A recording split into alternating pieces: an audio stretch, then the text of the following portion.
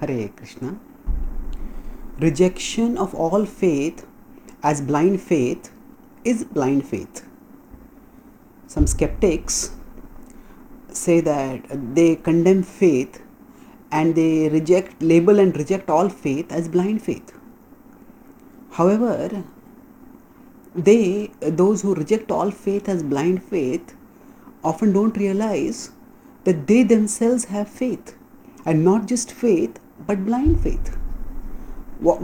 How can the faithless skeptics have faith?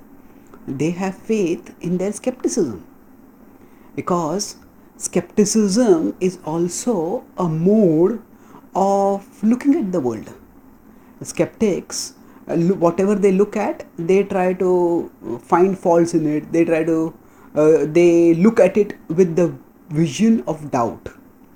Now, certainly the doubting is important. The Bhagavatam says that doubt is also a characteristic of intelligence. But at the same time, doubt in and of itself can never tell us what is right. It can tell us what is wrong. But beyond that, if we want to know what is right, we have to move from doubting, from skepticism to some level of faith. So skepticism we can roughly equate with doubt, because the essential mode of functioning in skepticism, essential mode of perceiving, analyzing, responding is based on doubt. So now rejection of all faith as blind faith is itself blind faith. Why?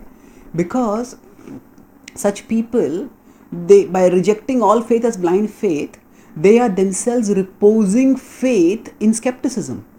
And generally when we call some faith as blind faith, that means the people just accept something without evaluating it critically. That's what, without seeing the faults in it, without seeing the problems with that belief system. When somebody accepts a belief system, that is what generally is called as blind faith. So skepticism, when one accepts it without recognizing the serious flaw, the fundamental flaw, the fatal flaw in it. What is that fatal flaw? The fatal flaw is that skepticism can never tell us what is wrong, what is right. It can only tell us what is wrong.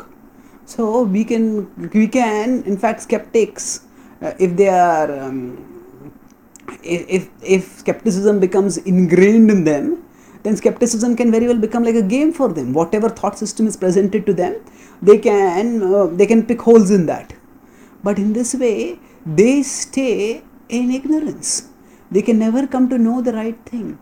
To eventually accept something, at least, they have to put faith.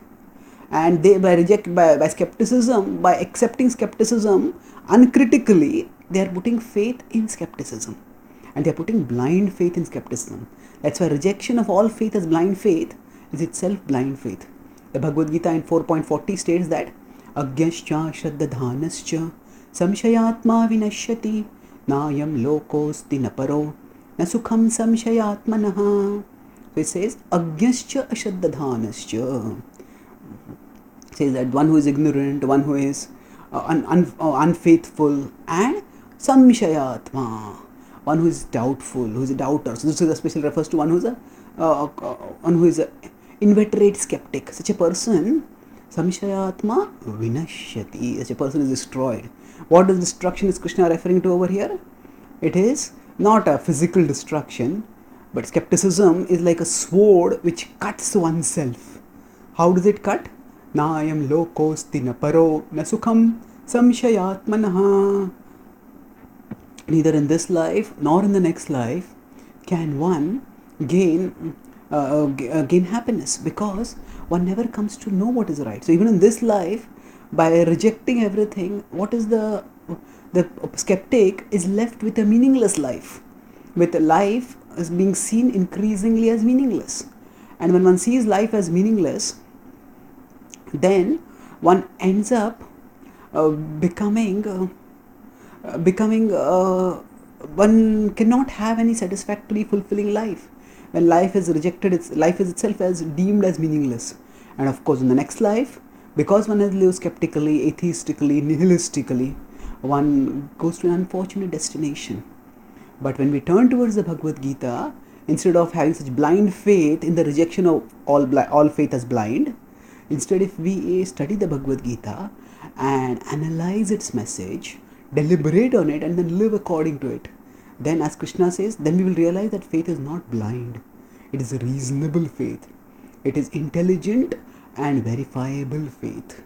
Krishna tells Arjuna, deliberate on this message. Deliberate. So Krishna is not asking for blind faith. Krishna is asking for intelligent, reasoned faith. And he also says in 9.2 that pratyaksha-vagamam dharmyam, that we can realize it by practical experience. So rather than rejecting all faith as blind faith, we can instead use our intelligence, study the Bhagavad-gita and recognize that the faith that the Bhagavad-gita calls for is not blind faith, but it is intelligent faith that is reasonable and verifiable. Thank you. Hare Krishna.